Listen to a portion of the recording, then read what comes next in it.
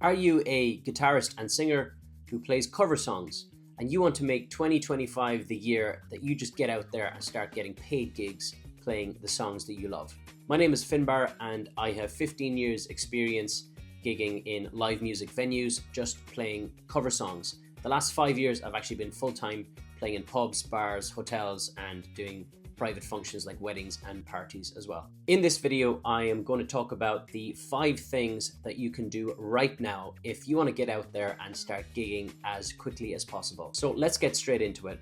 The first thing you need is a strong set list. I know it sounds kind of obvious, but it's really important to emphasize that your set list should contain, for the most part, upbeat and popular songs that most people can recognize and sing along to. By the way, if you want my free guide on the top 3 songs I recommend to start any gig with, no matter what kind of venue you're playing at or what type of crowd is there, then click the link in the description and you'll get instant access. The reason that most venues actually pay musicians to play gigs is because they want them to entertain their customers and to make sure that people are staying longer at the venue. So the best way for you to do that as a musician is to play songs that people already know and recognize. I know it might be insulting to some of the songwriters out there, but people don't really want to hear your own original music. They just want to hear songs that they recognize, especially if they're having a few drinks. A sing-along is always a great way to keep people engaged and entertained. And just to give a few examples of songs that are requested quite often at my gigs that you should definitely have in your set list, they would be songs like Mr. Brightside, Valerie, The Gambler, Don't Look Back in Anger, Country Roads. You get the idea, right? So it's songs that are just requested all of the time. Sometimes it does get quite repetitive and you feel like you're playing the same songs all the time, especially if you're doing this full time.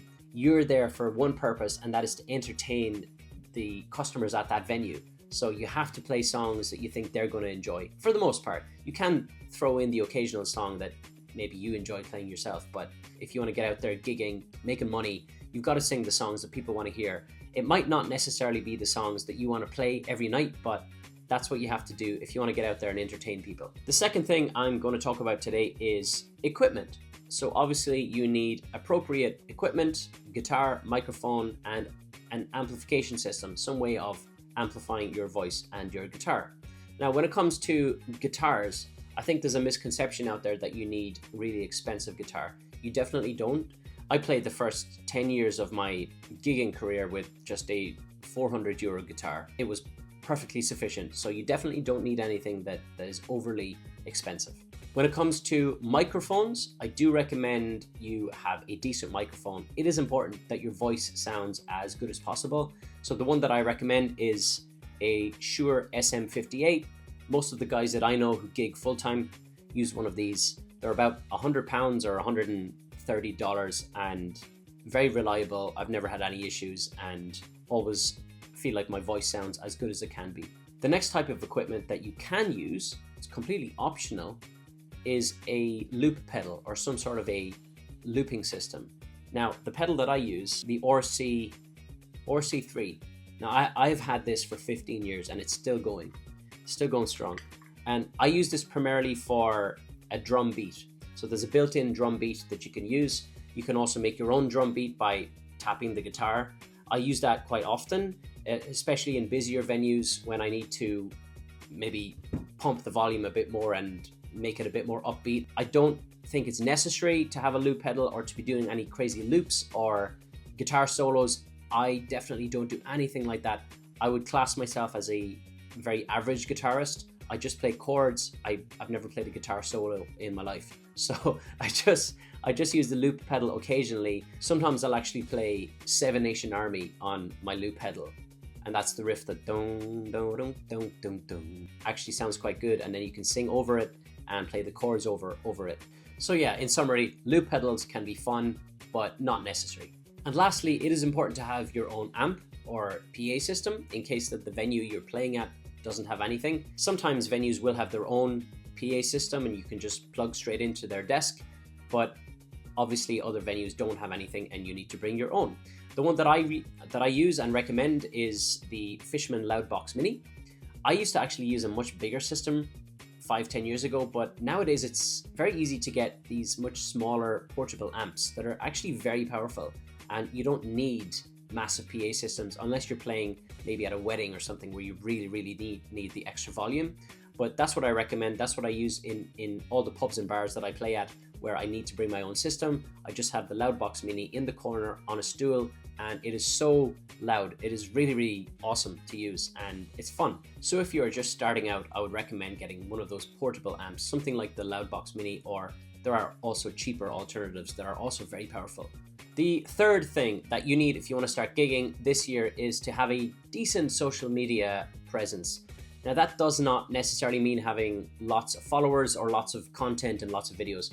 It just means having some sort of a landing page, whether that's a website or just Instagram or Facebook, where you can demonstrate that you are an acoustic guitarist and singer and that you can play and sing popular songs. So basically that you tick the boxes for any live music venue that you might be trying to play at. If you are to prioritize one social media platform, I would probably recommend that it's Instagram. It's just very user friendly, and I think it's very commonly used nowadays by musicians to promote themselves and to just show samples of what they can do.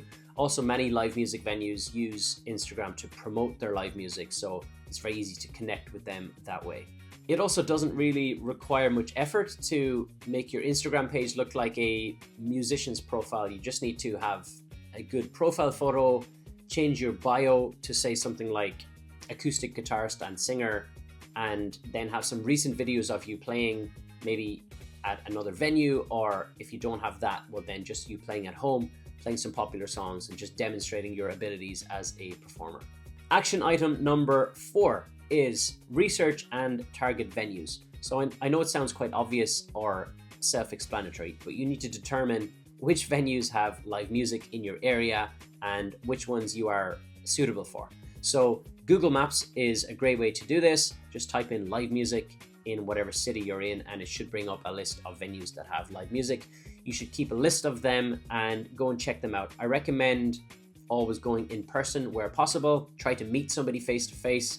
The first thing you can ask is who is in charge of booking music for this venue, and try to find out if it's a manager or if it's a booking agency. When I moved to Edinburgh in 2017, there was a website called the Edinburgh Gig Guide, and that's how I was able to research the venues that had live music, and that's how I got my first gig. Make sure that you keep a list of the venues that have live music so that you can tick them off one by one when you approach them. Action item number 5 is to craft your perfect pitch. So you have determined at this point which venues have live music and which ones you think you are a suitable fit for. So now you need to approach them, whether it's in person or on social media or via email. It's pretty much the same thing. You want to introduce yourself, explain that you are an acoustic guitarist and singer, and provide samples of you playing. If you don't get the chance to speak to somebody directly, maybe it's a booking agency that is responsible for that particular venue, then you'll have to craft an email most likely, and you just want to say something like, my name is Finbar, I'm an acoustic guitarist and singer based in whatever town or city you're in. Here are some links to my demos. Maybe send them a link to your Instagram or a couple of videos on YouTube or whatever social media platform you're using. Tell them what your availability is, whether it's weekends or weeknights or times. If you have experience gigging, well then obviously you want to mention that in the email. You want to say how many years you have experience and where you have gigged before. Emphasize that you have experience, maybe with busy crowds, if that's the type of venue it is, or if it's a quieter type of venue, just emphasize that you think you would be a good fit for their atmosphere. If you don't have much experience, well then you can just say something else like, I am a versatile performer who enjoys keeping crowds entertained and engaged.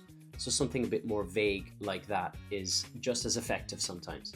After you have spoken to somebody in person, maybe a bar manager, or if you have emailed somebody directly like a manager again or an agency, well then you obviously want to keep a list of those venues that you have contacted, and then hopefully you will hear back from them. If you have spoken to somebody in person or send an email and you haven't heard back, don't be too fazed by this. It's very common. The first time I got a gig in Edinburgh was in an Irish bar called Malone's, and I had messaged the manager several times until I finally got a gig. So that's just the nature. That's just the nature of the music industry. Sometimes it can be hard to get replies. So if you don't hear back from somebody after 2 weeks or so, definitely follow up again, whether that's in person or via email. Just craft a similar email again, remind them who you are, what you're hoping to do, and send your demos again. And hopefully they will come back to you with an answer. And maybe that's a no, and that's fine. Then you can rule that venue out for now. But hopefully they will come back and give you an opportunity to play at that venue. When it comes to approaching venues and getting gigs, it really is a numbers game. The more venues you approach, the more chance you have of getting a reply or a gig offer.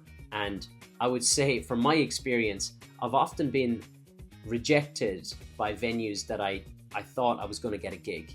And then I've been offered a gig from venues that I thought there would be no chance. The hardest part is really getting your first gig at any venue, because once you have your foot in the door and hopefully you perform well on the first gig, well, then there's much more of a chance of you getting more gigs at that venue, and then just meeting new people, meeting other musicians, and just growing your network. And that's the way to build a career in this industry. So those are the 5 action items I recommend you start doing now if you want to start gigging in 2025. I hope you found this video helpful. Like and subscribe if you want more videos like this. And also, as I mentioned earlier in the video, if you want my free guide on the top 3 songs I recommend to start any gig with, no matter what type of crowd or venue you're playing at, then the link is in the description. Thanks for watching, and I'll see you in the next one.